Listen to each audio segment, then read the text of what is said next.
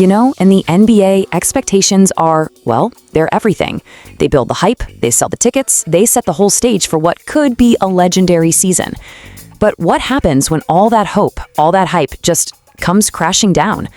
This season, we've seen some teams and players take a really hard fall. So who are the biggest letdowns this season? That's what we're going to dig into. We're talking about teams that looked like champions on paper and superstars who just seem to have lost their way. The list is longer than you'd think. I mean, for a bunch of teams, this season started with dreams of a championship parade, but now it's just this harsh, confusing mess, and fans and front offices are all asking the same thing. What on earth went wrong? Just look at the Milwaukee Bucks. On paper, you put Damian Lillard with Giannis Antetokounmpo, and you think that's unstoppable. But on the court, the chemistry on defense, it's just not there. They haven't found that dominance everyone expected. And believe me, they are not the only ones having an identity crisis.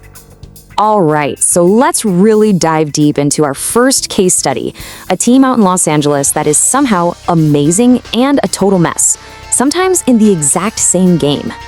And this quote from Brian Windhorst over at ESPN, man, it just perfectly sums up the vibe around the LA Clippers.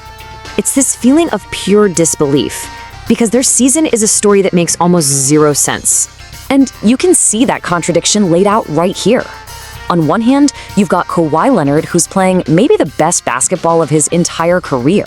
I mean, the guy is close to a 50, 40, 90 shooting season. That's legendary stuff. He looks like an MVP. But then on the other hand, you have the business of the team. They trade for James Harden to create this big four, but their chemistry has been all over the place, and they just don't look right against the top teams. The superstar is peaking, but the super team just isn't gelling. It just doesn't add up. It's a total head-scratcher. Okay, so if the Clippers are a puzzle, this next story, man, this one is just straight up raw emotional disappointment. We have to talk about the Memphis Grizzlies and their star, Ja Morant. So Stephen A. Smith, he points the finger right at the Grizzlies as his personal pick for biggest disappointment. And when you see them sitting 13 games below .500, it's really hard to argue.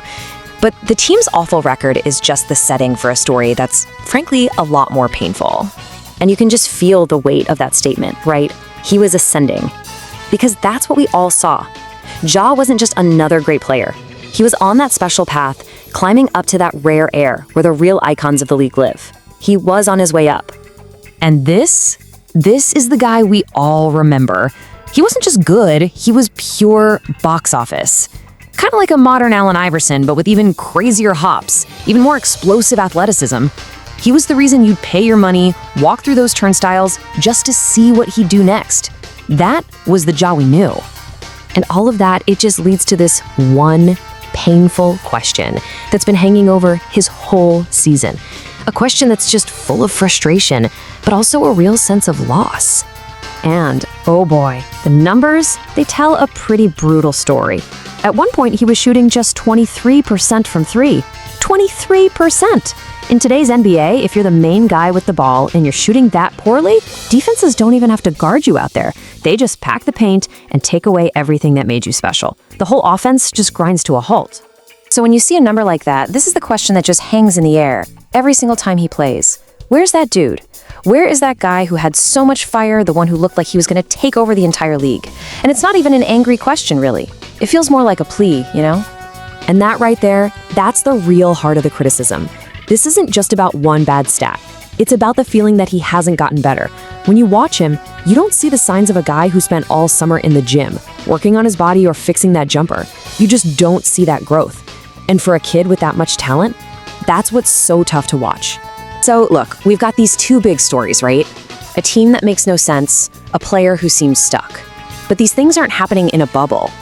They're actually connected to a much bigger conversation that's happening all across the league, a debate about loyalty. And that brings us to what you could almost call the Harden doctrine. It's an idea that really got going because of things James Harden has said, and it's pretty simple. Hey, if the owners are going to treat this league like a cold hard business, then why can't the players do the exact same thing? Okay, so let's just walk through the thinking here because it makes a lot of sense. 1, an organization will trade you in a heartbeat if they think it makes the team better. There's no real loyalty there. 2, that means, as a player, you can't count on the team to be loyal to you. So, 3, why shouldn't players be allowed to make their own business moves? All for the main goals, right? Win a ring and make sure your family is set for life. But here's where it gets a little tricky, because two things can be true at the same time. Is Harden's argument basically correct? Yeah, for sure. That's how the league works. But the timing of when and how you say these things really, really matters. It can create a ton of drama and distraction that nobody needs. Okay, so where does all this leave us? We've seen a superstar's amazing season get lost in a team's weird strategy, and another young star's development just stall out. It all points to this fundamental tension at the very heart of the NBA today. It's pretty clear the modern NBA is this incredibly complex battlefield, right? It's not just about what happens on the court anymore. It's this constant tug of war between amazing talent, the need to keep getting better, and the cold, ruthless math of contracts and trades. And all of this leaves us with one last big question to think about. In this era of the NBA, an era that's defined just as much by business deals as it is by basketball, where getting better isn't a guarantee and loyalty is for sale, is just having raw talent ever really enough?